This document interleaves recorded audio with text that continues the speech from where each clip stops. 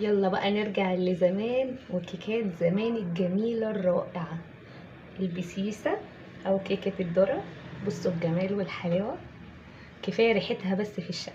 تحفة تحفة تحفة، هترجعنا سنين كتير قوي قوي قوي ورا. بصوا، لو عايزين تعرفوا الطريقة والتفاصيل كملوا باقي الفيديو. بسم الله الرحمن الرحيم، والصلاة والسلام على خاتم المرسلين. النهارده هعمل معاكم كيكه بريحه زمان، يعني الكيكه دي بترجعنا سنين كتير قوي ورا، مش كتير قوي يعني. بس الكيكه دي بتفكرنا بحاجات كتير قوي، يعني زي المدرسه بنبقى راجعين بقى كده من المدرسه او يوم الجمعه الصبح. كيكه الذره او البسيسه. الكيكه ديت احنا هنعملها النهارده بطريقه سهله وبسيطه، كلها في الخلاط. هنعمل المكونات، معانا مكونات سايله ومكونات جافه. المكونات السائله معانا كوبايه سكر، بيضتين، وممكن تزودي تخليهم 3 بيضات، كوبايه لبن، معلقه صغيره خل، فانيليا، نص كوبايه زبده او سمنه على زيت. هنا لازم نحط سمنه او زبده عشان تعزز الطعم شويه، ما تنفعش بزيت بس، هيبقى طعمها مش حلو قوي. تمام. المكونات الجافه هنا معايا كوبايه ونص دقيق ذره اصفر، بصوا اهو ده بنجيبه وبننخله. ومعايا هنا كوبايه دقيق عادي، معايا هنا كيس بيكنج باودر. هنسمي الله ونحط بقى المكونات السايله في الخلاط.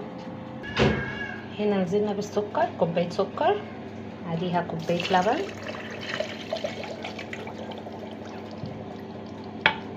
عليها البيضتين. قلنا هنا البيض اختياري، ممكن نخليهم 3 بيضات. تمام. هننزل بالفانيليا، مقدار الفانيليا هنا ممكن لو ما عندناش سايله هنحط كيسين باودر. الفانيليا هنا سايله بنحط معلقه صغيره. ادي السمنه على الزيت، وهنحط معلقه خل، وهنضرب كل المكونات دي. هنضربها هنا بقى لحد ما كل المكونات تختلط وتعمل فوم وتبقى لونها ابيض جدا. بصوا بقى هنا في الخطوه دي المفروض ان احنا ممكن نحط عصير برتقال، ممكن يعني نص لبن نص برتقال، بدل كوبايه اللبن نص كوبايه لبن ونص كوبايه برتقال. فانا مش متوفر عندي حاليا، فاحنا عشان نخليها اللون الاصفر بتاع زمان يا نحط عصير فروتي او عصير برتقال او اي حاجه تدينا اللون الاصفر. انا عندي هنا هحط شعره بس من بودره الزعفران عشان احنا عايزينها باللون الاصفر اللي احنا متعودين عليه. ده بديل، اللي عايز يستخدمه يستخدمه، اللي مش متوفر عنده عصير البرتقال هيحط تانك او فروتي او العصير اللي هي بتعمل برتقال البودر. انا هنا حطيت مكانهم، حطيت الكميه كلها لبن، وحطيت بس شعره من بودره الزعفران. هكمل ضرب وهوريكم لونها هتبقى عامله ازاي. بصوا اللون معانا بقى عامل ازاي، هو ده اللون اللي انا عايزاه، هو ده اللي هيدينا كيكه لونها اصفر وجميل. هنيجي هنا بقى على المكونات الجافه، هنحط كوبايه زي ما قلنا في الاول، كوبايه ونص دقيق ذره، عليها كوبايه دقيق عادي. الدقيق ده والدقيق ده احنا بننخله كويس جدا، لازم اهم حاجه النخل.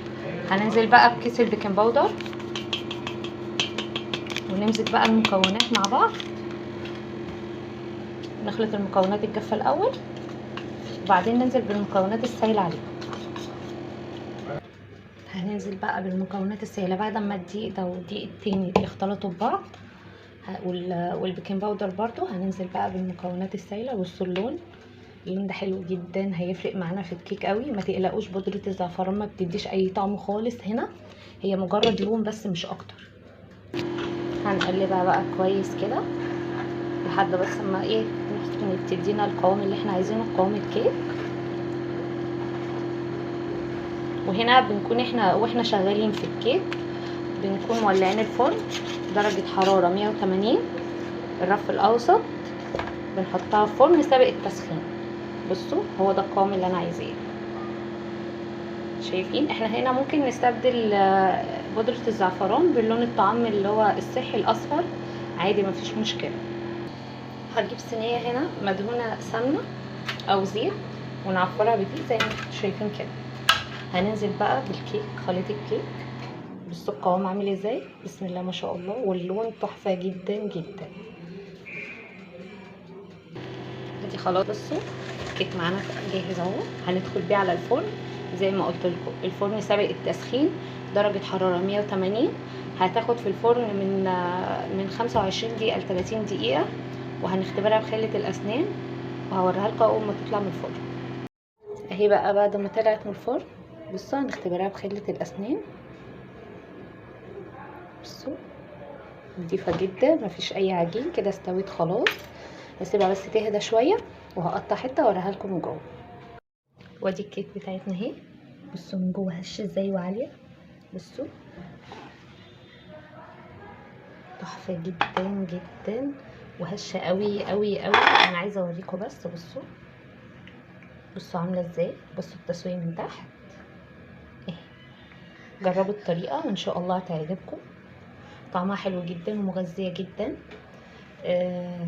ما تنسونيش يا جماعه في اللايك والشير، والسلام عليكم ورحمه الله وبركاته.